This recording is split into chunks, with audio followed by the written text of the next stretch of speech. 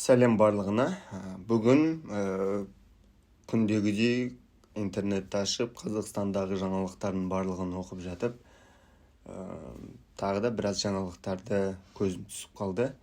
Енді әңгіме ол жаңалықтар туралы айтқым келіп жатқан жоқ. Әңгіме мен қазақтардың бірін-біріне деген отношениесі туралы айтқым келіп жатыр.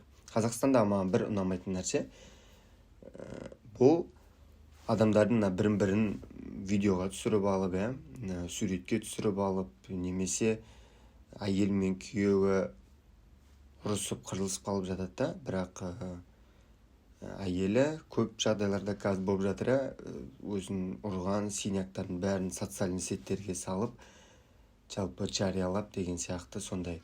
Немесе кез келген басқа да салаларда көшеде біреу алды, бір нарушение жасап қойды кішігірім, немесе бір түкірді, болмаса автобусқа мініп жатыр, автобустың ішінде адам тола, соның барлығын адамдармен қоса, водительдермен қоса, немесе бір таксист пассажир мінді таксистке, таксист екеуі ұрысып қалды, таксист түсіріп алады, немесе таксисті түсіріп алады, бірін түсіріп айтыр, вот интернетке салу, осындай нәрсе мен байқағандығым, қанша елдерде жүрсем де, қандай мемлекеттерде болмасам да, Европада да, Америкада да, Азия мемлекеттерінде де, біздің Қазақстанда өте қатты осындай нәрсе дамыған. Поэтому мен түсінгім келеді әрқашан не үшін бұлай жасайды екенде. Не үшін бұлай?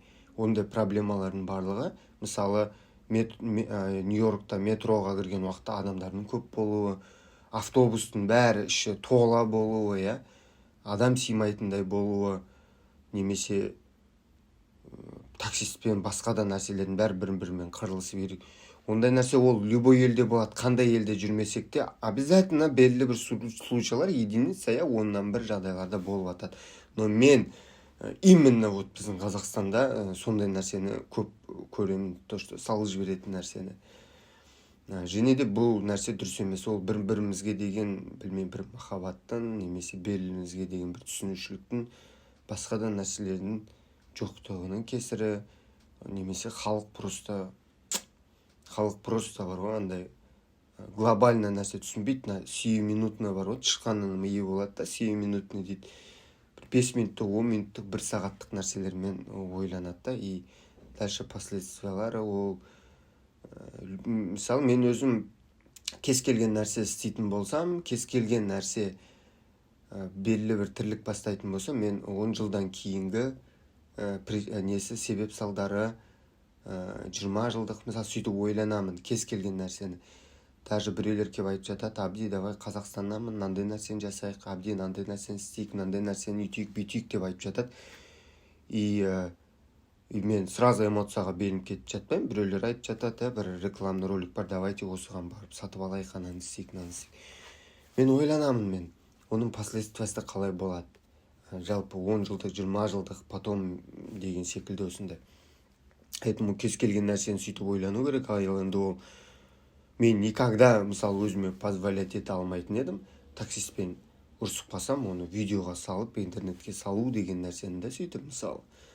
Немесе, не дейтін еді, и мен ойлаймын то, что мен де айналамдағы мен танитын, мысалы, шетелдерде осындай достарым, әйелі екеуі ұрысып қалса, ол екеуінің үйіндегі проблемасы ол, мысалы. Ол оны барып, бүкіл халыққа, айналаға ол елдер жаймайды ол нәрсені. Ол мен білемін, то, что уверенамын. Екеуі сырт елдікке әдемі күліп, бірақ ішкі проблеманың барлығы одан нәрсе шешіп. Проблема барлығында болған, мен кішкентай кезімде өскем, туысқандарымды көргем.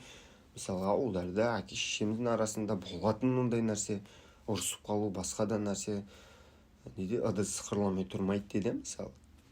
Болатын ондай нәрсе, оның барлығы өткінші нәрсе, адам ол тола салып бір ақылды болмайды. О, жыл сайын келеді, ақыл деген, білім деген нәрсе, түсінік деген нәрсе, осознание, ол жыл сайын келетін нәрсе. 20 жаста бір келеді, 25-те, 30-да, 35-те, 40-та, 45-те, сен 30 жаста өзіңді ақылдымын деп есептеп жүрсің, 40 жаста түсінесің, 30 жаста тупой болғандығыңды. Мен, скорее всего, түсінемін, то, что сенің сол 30 жас, 25 жас жасаған іс-әрекеттерің үшін өте қатты өкінетіндігінде.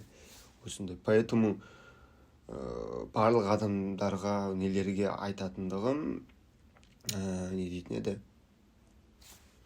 білмеймін, жақсы общество, жақсы бір қоғам нормально создавать ететін болсақ, бір-біріміздің өмірімізге, бір-біріміздің жеке нәрсемізге араласпай, ойламай, особенно қазақстандық бауырлардан мен бір нәрсені жиі осы Америкаға келіп жатқандармен сөйлесу барысында жиі еститін нәрсем, бір сұрақ: брат, қанша табасың дейді да. Брат, қанша табасың? Брат, сен қанша істейсің осындай деп. Хотя Америкада жүріп, Европада жүрсең, басқа елдерде жүрсең де, бұл сұрақ өте, ол саған деген неуважениені көрсететін сұрақ, ол сұрақ болып табылады. Ал неге сен оны басқа адамнан қанша табасың деп сұрау сен үшін ол адамды сыйламау деп есептелмей, сен оны санамайсың, дұрыс па? Неге? Потому что сен оны түсінбейсің, жаңағыдегі сияқты, осындай. Хотя ол оскорбление, потому что сен оның жеке өміріне, мысалы, жеке өмірінің құпиясы, может, ол не дейтін еді, айтқысы келмейтін шығар, может, ол жұмысымен өмірін басқа нәрсен байланыс. Сен осы нәрсеге қол сұғасың да, осы нәрсені рамканы бұзғың келеді да. Теперь ол адам қалай жауап беру керек саған, мысалы? Осындай. Қалай жауап беру керек, ол жауап бергісі келмесе? Саған сені ренжіткісі келмейтін адам болуы мүмкін, осындай. Әлемде әртүрлі адамдар бар сондай.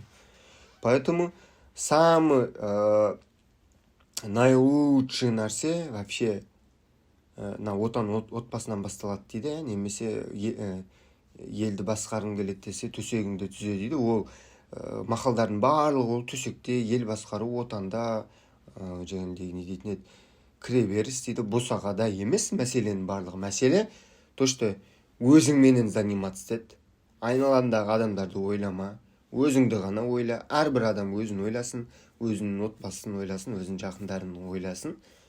Осы нәрсені ойлаған адам бүкіл Қазақстандағы ойлайтын болса, ол значит 90%, 100% адамдардың барлығы өзінің өмірлері жақсы болады деген сөз. Өзінің өмірі жақсы адам басқа адамдардың өміріне вообще қызығушылық танытпайды. Вообще қызық емес, айналада не болып жатқан оған маңызды өзінің өмірі. Осында. Поэтому егерде интернетте жаңылдегендей нәрселер көріп жататын болсаңыздар, ситуацияларда, значит, ол адам түсіріп жатқан адамда, екінші адам түсіріп жатса, ол адамда интернетке пост салып, ойбай, менде андай, мындай, менде нандай жағдай, халық үйтіндерді, бүйтіндер, көмектесіңдер деп жатқан адамдар бар болатын болса, ол адамдардың барлығында психологический проблема бар деген сөз. Поэтому не дейтін еді, просто енді өткізіп жіберіңдер, дальше позитивпенен ойлап, араласып, мұрындарыңды сұғып, ондай нәрселерге қажеттілігі жоқ осындай. Менің бұл сендерге айтатын кеңесім.